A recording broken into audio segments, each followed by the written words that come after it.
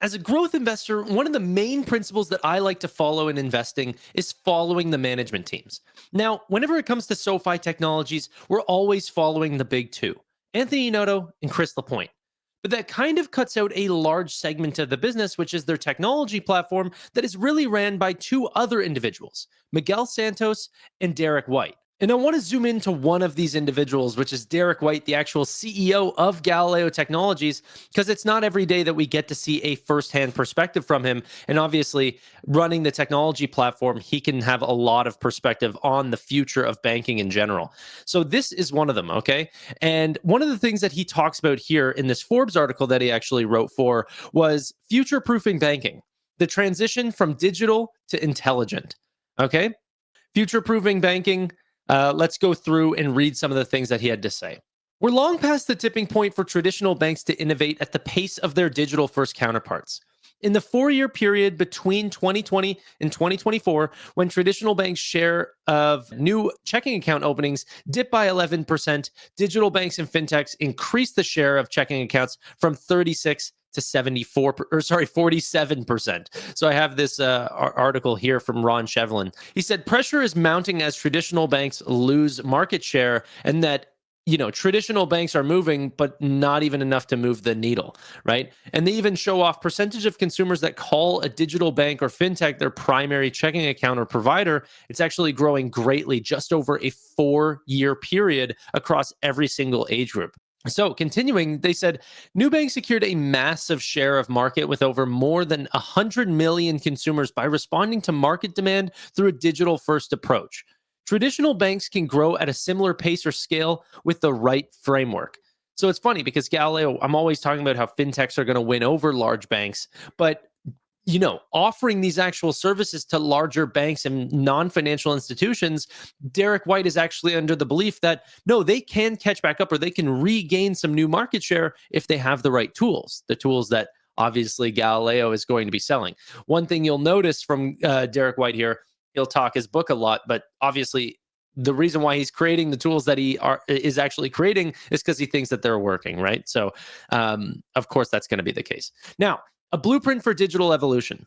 A digital mindset isn't just about offering online banking. It's about reimagining how financial services are delivered. So the first step is DIY, or the do-it-yourself metric, which gauges how many financial services a customer can self-manage without needing to interact with bank staff. We've heard Derek White talk about this. Now, once you've done that, the next phase is to transform these transactions into intelligent interactions, which uses data to personalize the banking experience, streamline processes, and foster trust. The key is for banks to harness their data efficiently, and it goes on to say, breaking free from the silos that have historically impeded progress. So this is going to be a thing that continuously pops up. The part that's holding traditional financial institutions back is that they just can't move fast enough. So every step that they take towards progress, their fintech players are taking 5 or 6 steps. And so although they have a massive advantage right now, they are going to lose out in future account openings, future account cross sells, or all of these things, because they're always making those additional faster steps going forward. Now, leveraging the 5 C's of data: capture, clean, cache, call, and connect. Legacy banking systems struggle to even get past the capture stage. And one of the solutions is adopting cloud-based digital banking technology is essential to unlocking this valuable data, and it's the only way to ensure autonomous interactions. Now, one of the things that I really like about this is that Galileo before was this system that was doing all of these API calls. They had all of great systems here for developers to build into their existing technology. But I bet Derek White was not happy with the fact that they actually didn't own the actual, cloud-based digital financial infrastructure. And so one of the things that I bet he and Anthony Noto have been talking about was acquiring Technisys. Okay, so he obviously loved what Galileo was doing, and they've made 160 million customers out of it. So they are selling a very good product. But one of the things that's maybe separating them from owning the entire stack was actually having a core and infrastructure play, which Technisys evolution now means that they can get a deeper interaction or holistic view of their customers, which is allowing their customers to get a better holistic view of their existing customers, which is actually consumer facing.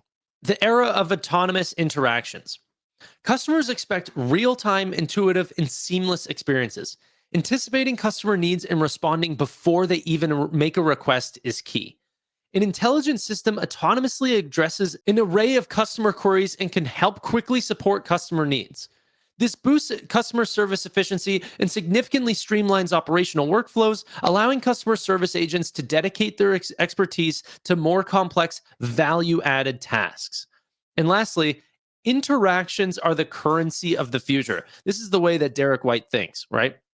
Banks have historically measured success by basis point changes on balance sheets, but digital forward banks account for an additional metric: basis point changes in customer interactions. Improving customer interactions is an investment that pays dividends in loyalty and revenue.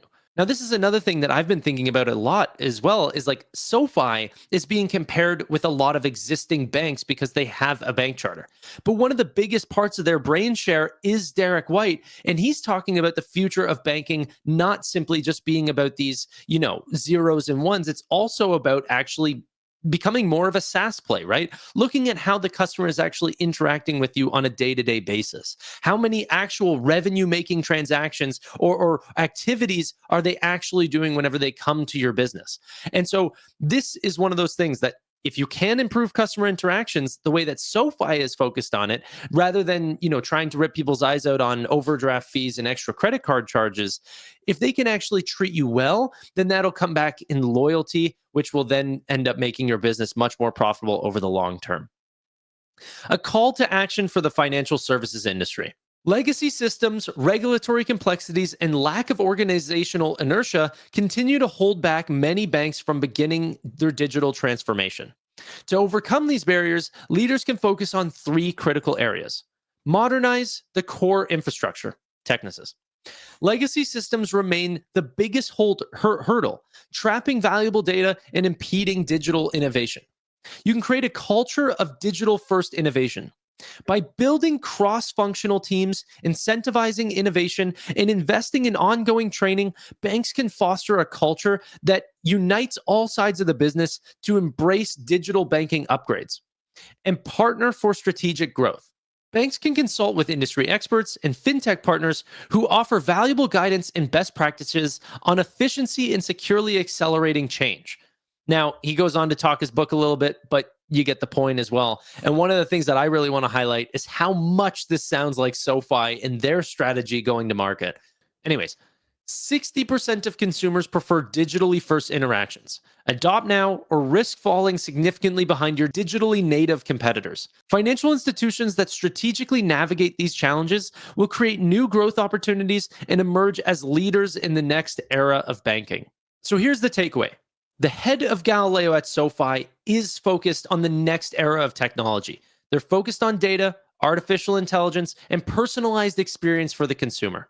They also believe that the products that they are using are going to be the products that are needed for the next era of banking, okay? Which is cloud-based infrastructure and APIs that'll actually allow you to set up and make these transactions not only cheaper, but also faster, and that work with those cloud-based infrastructure tools. SoFi gets to benefit greatly as Galileo continues to make more innovations, and we just saw it whenever SoFi just said that they were releasing wire transfers, because not very long ago, Galileo just said that they were offering wire transfers. So this pair is something that they do not have to pay extra for. It's just a feature of their own back-end upgrading, and so they can bring it over to their own tech stack for their own bank, let alone for customers at Galileo as well.